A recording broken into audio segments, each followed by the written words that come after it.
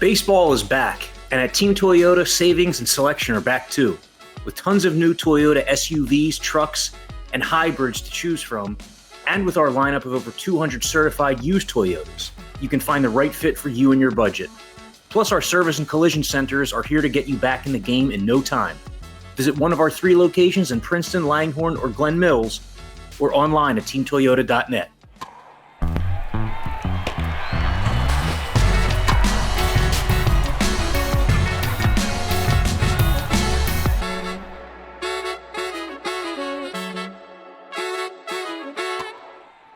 There we go. That's more like it, Sean Kane. Here we go.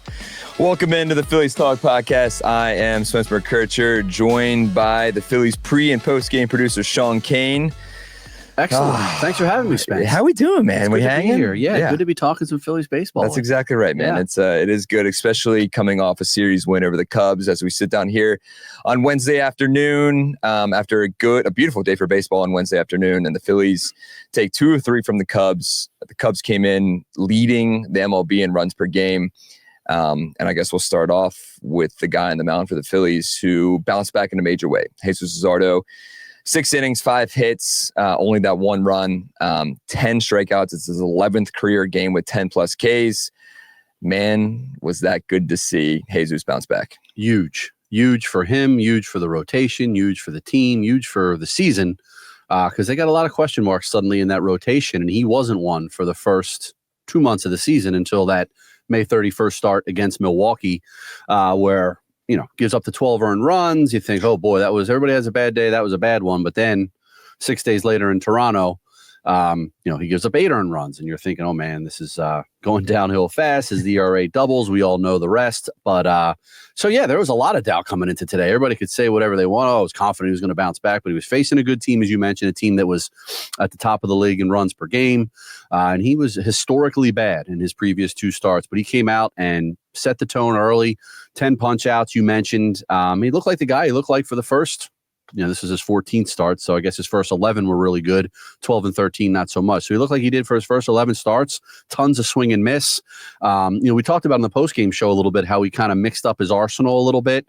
Ben Davis pointed that out. He threw a lot more fastballs, about the same amount of sweepers, but he essentially shelved his sinker, threw about the same amount of change-ups, a little more sliders, but really threw the fastball a lot more, and it worked. It was working against the Cubs, had him off balance, and sigh of relief, because they need him, if not to be a Cy Young guy, which we thought he might have been for the first 11 starts, but just to be a good, reliable starter. And he was far from that in his previous 2 starts. So to get that guy that we saw Wednesday against Chicago was huge. Huge. And it was funny. Kyle Schwarber after the game kind of talked about everyone kind of knew that this was going to happen. But like you mentioned, I was nervous coming into today. No doubt.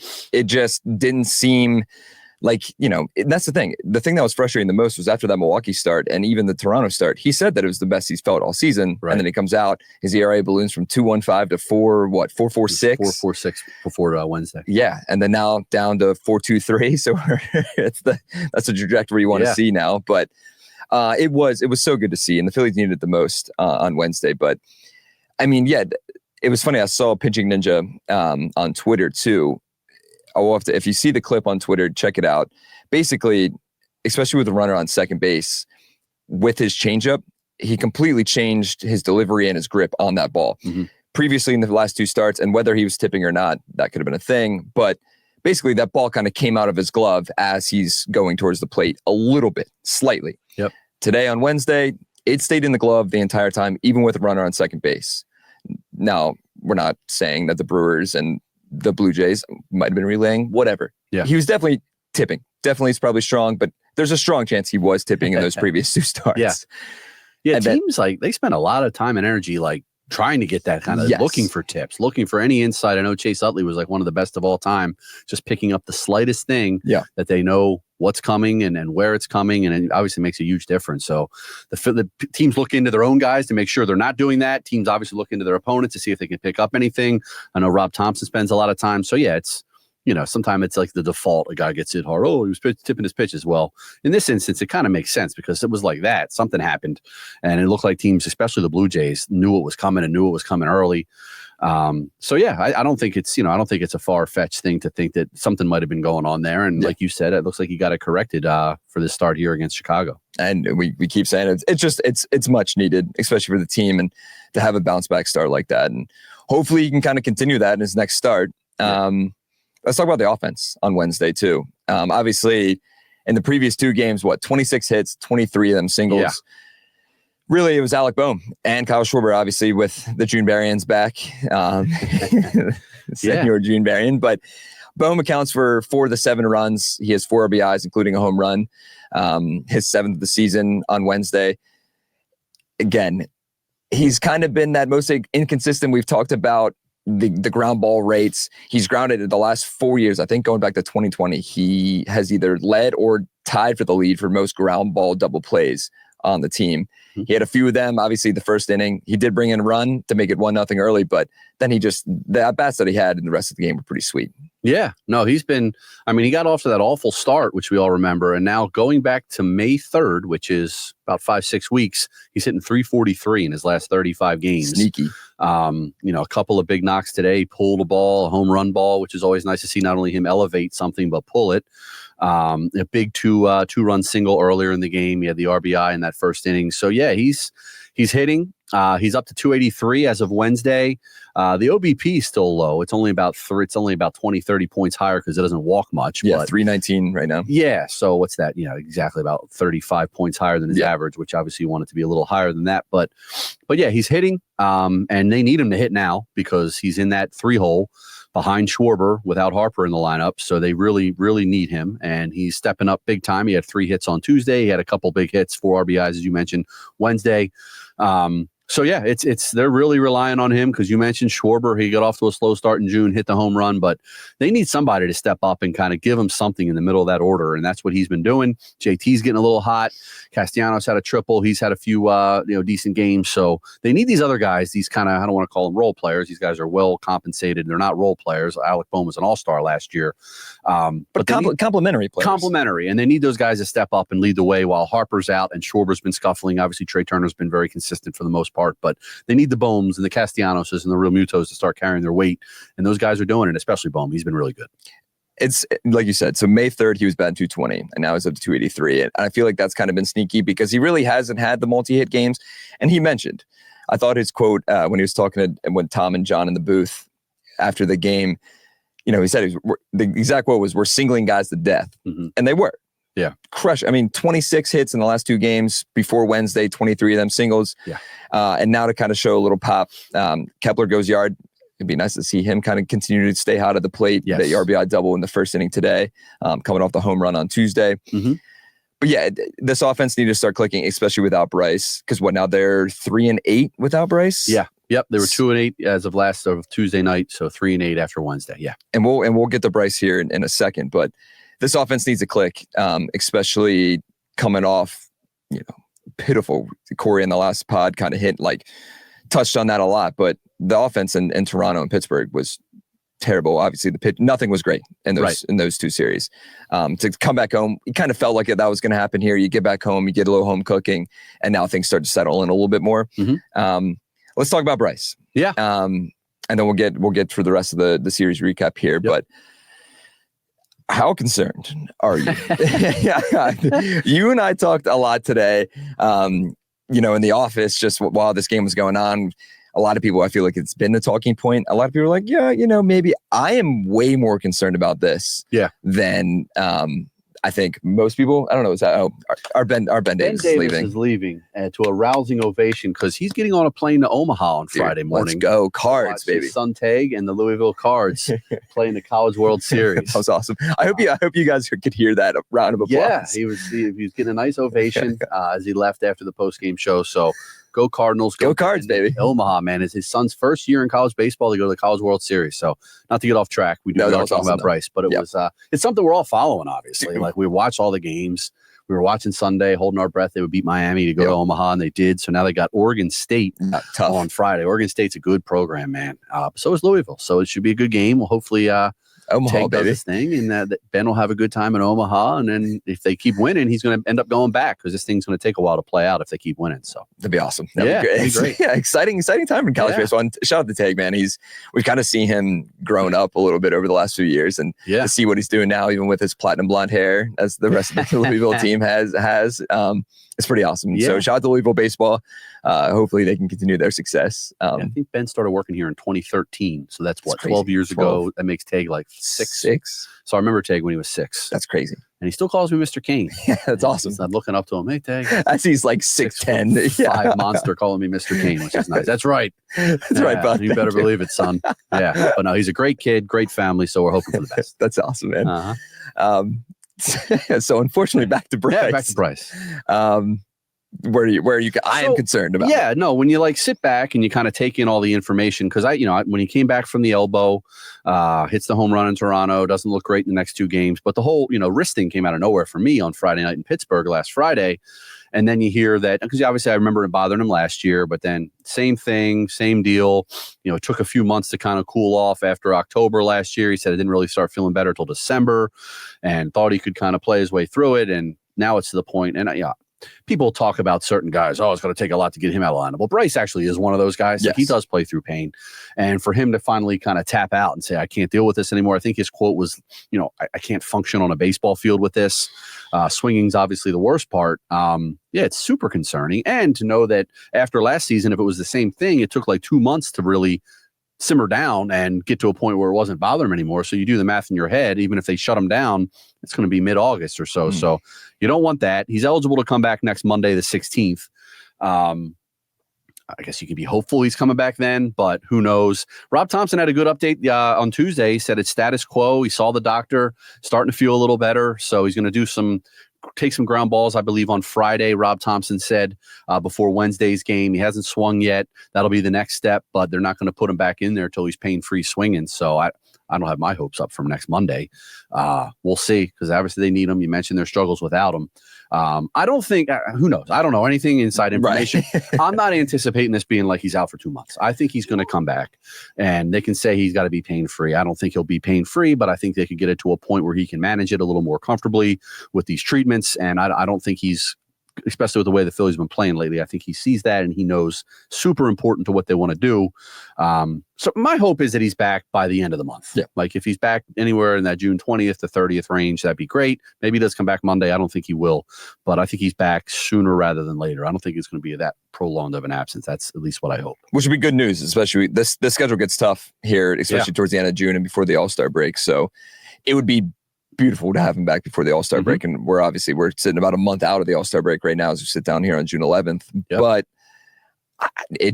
there's something not sketchy. It's just weird, something weird about it. I'm hoping everything's okay. I know that you mentioned it's been a lingering issue for him. Yeah. It kind of lingered around all last year. That's the only thing that concerns me is if it ends up being like, okay, this isn't getting better.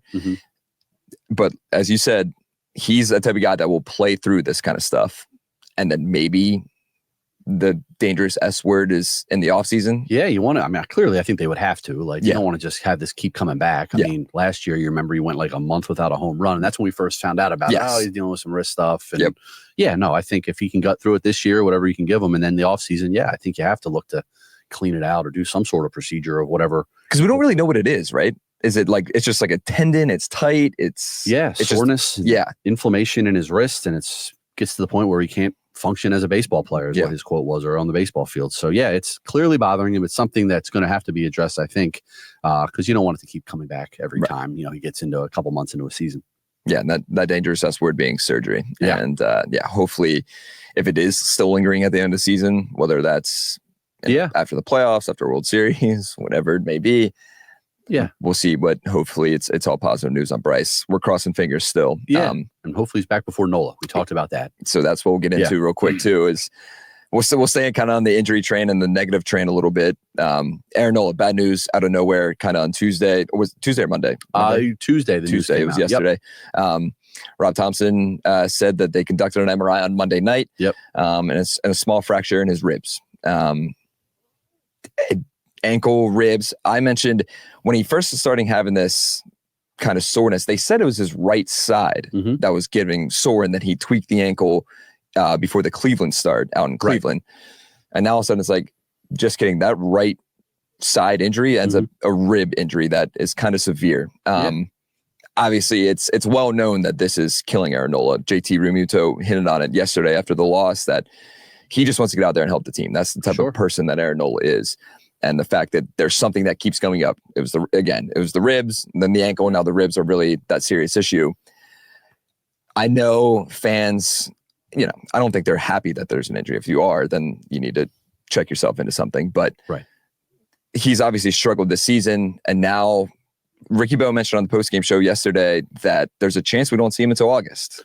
Yeah, there's definitely a chance. I mean, he's not throwing for 2 weeks. That's not even picking up a ball doing anything. Yeah. And it's a minimum of 2 weeks. It's not like they know for sure he's going to pick up a ball for 2 weeks. No long toss, no nothing. Side will be great. I mean, so that's a minimum of 2 weeks. And the start in Cleveland where he first tweaked his ankle, I think was the Friday before Mother's Day. So we're like over a month from that. He started in Cleveland, came back, started at home against the Cardinals, and was bad.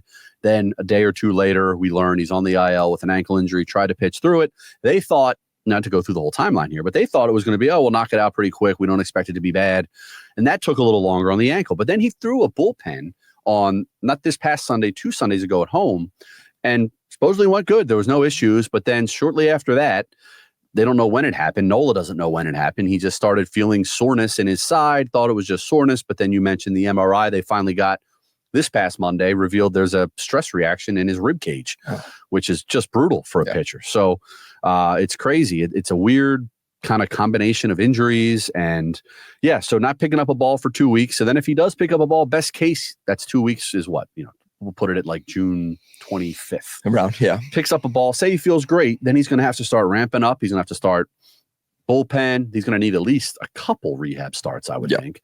And then you're running into, you mentioned the All-Star breaks like July 11th. So it wouldn't make any sense at all for me to kind of rush him back for a start before the break, give him that extra time. Especially because they go out west before the All-Star Correct. break. They're in San Francisco and San Diego that week before the break. No way they're sending him out there. No. So I think best case, he's back for that series or two after the break, which puts you at like July 20th, which brings Ricky's August call very much into play. So it's crazy for a guy that's been so durable, hadn't been on the IL in 8 years, and now he's going to miss the upwards of 2 months here, at least probably 2 months with these ankle and rib injuries. And you mentioned they're struggling, or he was struggling before that. But the best version of this Phillies team has Aaron Nola pitching well. Bingo. Right behind Zack Wheeler, right in there with Luzardo and Ranger, and being that dominant rotation, Chris Sanchez, that they thought they had.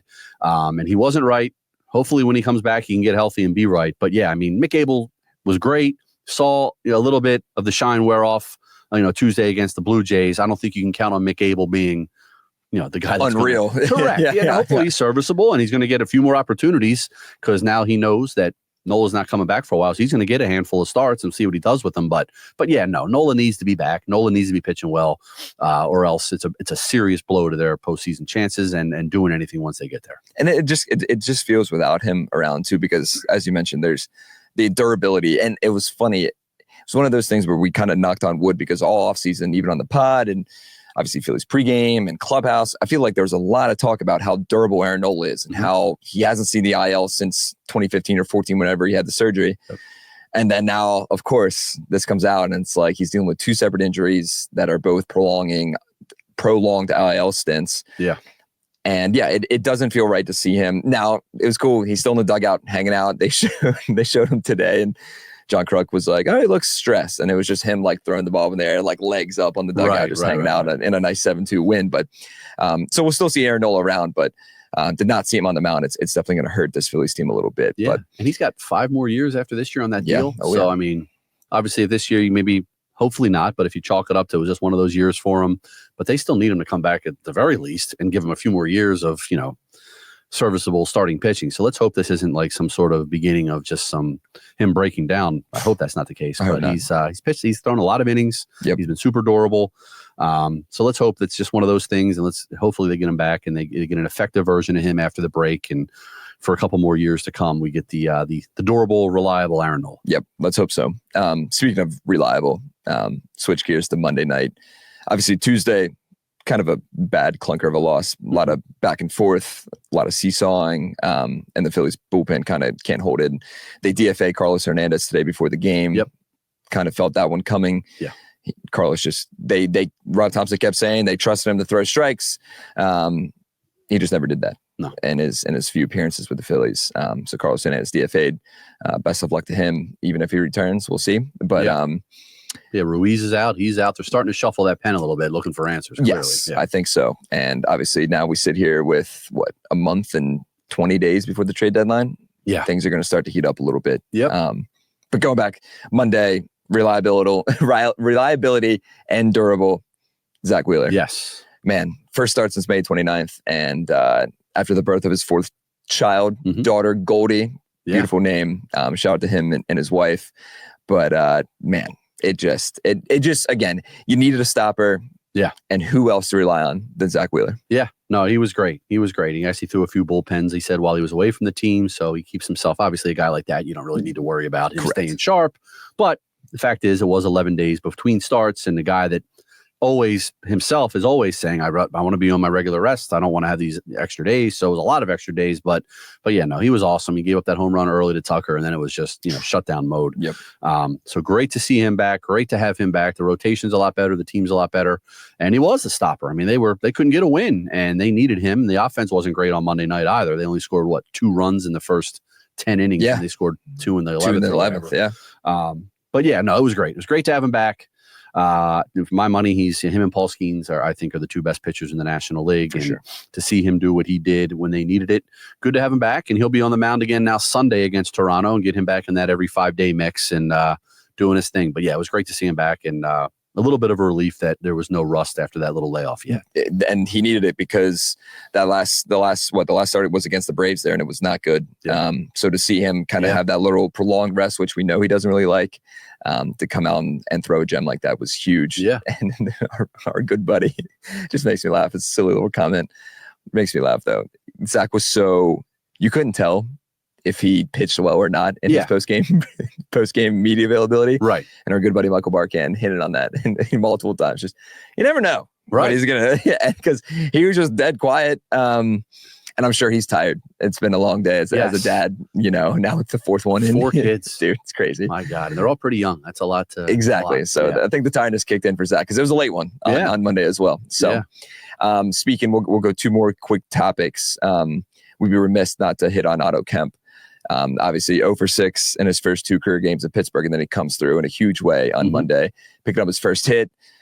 Before a pitch is even thrown to Weston Wilson, he gets the third on a wild throw from Matthew Boyd, and then he scores the run, and then obviously the 11th inning was so exciting. With just who would have known that a few bunts, small ball can get you a win, especially against a good team like the Cubs. So, dude, it was just great to see Otto. And I will say, I saw a TikTok the other day that it was kind of just like seeing number 4 in the infield. Takes you right back to Jetpacks. Scotty Jetpacks. Yeah. So it does. They have a very similar build. Both kind of like smaller, if you want to say. He's probably literally like my height, 6'1". But it was just, it's good. It's great to see Otto Kemp. And obviously he's been in the starting lineup every day since Saturday. So what are your expectations with Otto kind of going forward here? Takes us older guys back to David Bell. Yeah, baby. That number 4 at third base. Let's go. Well, remember David for a long time was the last guy to have a cycle for about 20 years until JT did a few years ago. Otto Kemp, obviously there's a lot of buzz about him, and the story is remarkable. Guy is undrafted out of a Division II school, and he plays his way up not only to in a farm system, but to be one of the top prospects in a farm system, and what he did in AAA. So there's a lot of buzz about him, especially because the Phillies certainly weren't getting a lot of production from certain positions early in the season. So a lot of people were on the call up Otto Kemp train. So, but he's been good. He had another he had another hit on Wednesday. He's played first, he's played third. I think they want to try him in the outfield still. I know Rob Thompson mentioned that. So the guy they can try to move around a little bit. And we'll see. Like, he's probably going to be on the roster until Harper comes back. So we'll see. Yeah, I mean, I haven't been like, blown away. This guy, like, he's right. Who knows? It's tough to judge a guy on 5 games or whatever, 6 games. But, he seems to be serviceable defensively. He had that bunt single. He had a couple more hits on one Tuesday, Monday. Yeah. So far, so good. I'm not like ready to anoint him a big part of the puzzle moving forward. But he's certainly playing a role right now for him, and they're playing him, and they're going to continue to play him, I think, for the next handful of games. So we'll see if he can, make a little bit more of an impact offensively as we go forward here. But he's been all right. I guess my short answer. Yeah, sure. Yeah, and I think obviously he got the daycare treatment first one of the season on Monday, right? And it was Schwarber and Sty kind of pouring the water on him. But you said, like, do you think Otto Kemp? I mean, we've seen Buddy Kennedy, we've seen Cal Stevenson kind of in the same, very similar roles. Mm-hmm. But do you think Otto Kemp could be up here in September? Probably. Yeah. When they expand the rosters, I think so. Yeah. I know that a lot of it will be up to him, obviously, if he produces. But I don't know. Like, I look at a guy like Weston Wilson came up last year and he hit for the cycle, and but now, like, it's, oh man, like Weston Wilson hasn't done a whole lot. You know what I mean? Offensively, he's our best pitcher. That's true. That's true. He was a good piggyback for Luzardo in those 2 games. But I need defensively in the outfield. He's certainly not, a top tier defensive outfielder. So it'll be interesting to see if Otto Kemp can kind of play his way kind of above that level, and be somebody that they could go back to later in the season if need be, and certainly when rosters expand by 2 spots in September. So, we shall see. I'm looking forward to trying to watch Otto and see what he does over the next week or so at minimum. Because I think, like I said, he's going to be up here until they bring Harper back. Then it becomes a roster crunch. But yeah, I'm optimistic that he can more than hold his own here. Same. So am I. And obviously, what everyone's clamoring for, if you listen to Ricky Bo's new show, shout out to Bill Collaroo and the Unfiltered program on 97.5. Yeah, good luck. Sir. He's usually pretty filtered. So normally pretty filtered. Yeah. So yeah. But obviously, every caller and Bill has been kind of hitting on it a lot too, of just Justin Crawford. Yeah. And not yet. I've been on that train for quite a while now, especially if Nick continues to swing the bat well. If Max Kepler starts to stay hot, Brandon Marsh, obviously we didn't see him on Wednesday, but he comes through on Monday. Dude, he's getting there. He had a couple hits last night before he got hurt with the elbow. Rob Thompson not worried about that. And then obviously had the first career walk-off hit on Monday. But I think everyone just take a deep breath on the old Justin Crawford train. And I think what we've seen out of Otto Kemp is pretty sweet.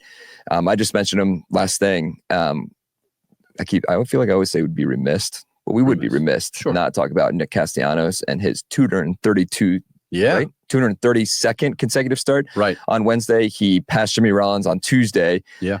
Jimmy had 230 consecutive starts, and now here we are, Nick Castellanos' 232nd consecutive start. He is now behind Pete Rose at 350. So a long way to go. Right. But we can get there by the end of the season. What? Because this was game 64. 60? Yeah. They're 39. They have 29. 94 left now after today. Yeah. So they've played almost 70 games. So he can get there. 68 maybe. Yeah. Pretty close. And it's again one of those underrated stats where Nick Castellanos, he's going to be in the lineup every day. And knock on wood, he stayed healthy. He's staying durable. And obviously, again, a very underrated player just in terms of swing the bat well this season. Yeah. So just two claps for Nick Castellanos. No, for sure. There. I mean, to be the longest streak since Pete Rose in the early crazy, 80s. dude. I mean, that's 40 plus years. And no, it is something worth mentioning and celebrating. There's something to be said for showing up to work every day. Every day, guys like me and you. Just you and me. Grinders. That's how we survive in this business. Every single day, you man. Just come to work, you put your hard hat on, and you go to work every day. Especially a day like today, man. Tough turnaround for the late game last night. I didn't get home till like 2, and then we're back here at 11. And it's hey, tough. but if the guys are doing it, we got to do it. Yeah, It's not out. You know what I mean? Day game after a night game. Exactly. So we could all model ourselves after Nick Castellanos. So that's the very first thing I thought of when I woke up this morning was, all right, what would Nick do? If Nick's out there barefoot, you know what? Right. So the frig am I. Yeah. So but no, it is impressive. That's a very impressive streak in this day and age of just guys getting off their feet for a day, not even being hurt. Guys obviously getting hurt. We just talked about Nola, who was super durable, like just avoiding injury and being able to stay in the lineup, which he's done pretty much since he signed with the Phillies 4 years ago now, which is hard to believe. That is very hard to believe. Him and Schwarbs. What a fun offseason. Or 4 for those guys. Now let's get a World Series ring for both of them. And that'd be nice. Call it a year. But also, okay, last thing, I promise. Favorite moment from the announcers in the stands on Tuesday. Oh, it was chaos, dude. Yeah. I was so sweaty. You were over there. Yeah. Sweaty, just running around. Perspective on this. A lot of, T-Mac and his glove work, Kruk and Kelsey, Ben over there just taking it all in, Ruben having a good time. Just hanging back. Yeah. Rube doing his thing. But no, it was great. It was great. It's always a fun thing that they do. It was a nice vantage point up there. It was good vantage point. I enjoyed it. I thought it was great. How about you? What did you notice while you were over there? Chaos, but controlled chaos. Shout out to Chelsea, shout out to Kelsey, our two wonderful people on the production side. It was a lot. Pre-game, obviously, over there, got to ride over in the cart with Michael and Ricky. Rick, yep. And it's always, those two goofballs, always, you never know what you're going to get. But it was awesome, man. I mean, that vantage point is really cool. Obviously, I feel like if you're listening, you've probably been to a game at CBP. There's not a bad seat in the house. That's definitely not one of them. That was incredible, that vantage point that they had. And it was just cool to see Johan Rojas throwing strikes from center field up to Tom and during the game and all that stuff. And it was pretty cool. And Jason, obviously, with Mr. Kelsey there, that was pretty sweet, man. It was funny. He kind of came out of the elevator in 205 there, and we got a little inside word that he was going to come out that way. So we got him. And it was kind of funny. He was walking with some of the Phillies people. No one really noticed him. I ended up talking to him for a little bit. And then we got to about 204, 203, getting towards 201. And all of a sudden people were just like, oh my God. And then it just mob scene. But he was the best, man. He is a one-of-a-kind human being. Yeah, and he's got an event coming up at the OD. Yeah, baby. Week. We'll be there. You've been there before? I have been to the OD. Oh, yeah. I don't know if you know where that was. Shout out to Seattle Steve, baby. Yeah, shout out to Seattle Steve. Nice. The OD. I haven't been there this year yet, but you and I have been there once together. Yeah, once or twice. Good times. Yeah. Good times. Shout out to Seattle City, baby. OD, Seattle City, that time of year. That's right. And he's got that big event coming up. NBC Sports Philadelphia will be there digitally. I don't know if I'll be there because it's the night of the NBA draft and the Phils are playing. That. Okay. Yeah, a lot going on. So, someone's got to hold the fort down here. No doubt. Go to work every day. That's right, baby. That's right. Yeah. And speaking of cool events, Kyle Schwarber's event, obviously by the time this comes out, it'll probably be going, but he's got his big event at Yards Brewing tonight. It's just a great event for Kyle's heroes and stuff like that. So if you get there, tell us how it is. Comment on the YouTube video or comment wherever you want to listen to this podcast. So anything else? You good? No, I'm good. That was solid. Good podcast. Thanks for having me back. Of course, baby. I look forward to maybe getting another opportunity in the future. Let's down go. The road. That sounds good to me, man. Talking ball. A lot of good ball talk. Yep. No Westchester talk today. No, not yet. But we'll get there. Yeah. We'll get there. And then, the Blue Jays come to town this weekend, trying to get a little revenge. They took 2 of 3. Obviously, everything looked good in that first game. Bryce returns, hits a home run. They blow him out. Then the next 2 games, not great. 10 hits total, or was 5 runs or something like that? Yeah, it was. And those final 2 games bad. There was the Luzardo game, and the getaway day was brutal. So yeah, they got it taken to them pretty good in those last 2 games. Yeah, a little revenge as the Blue Jays come to town. So. All right, man. We'll talk to you guys next week then after that series. But for Sean Kane, I'm Spencer McKercher. We'll catch you guys then.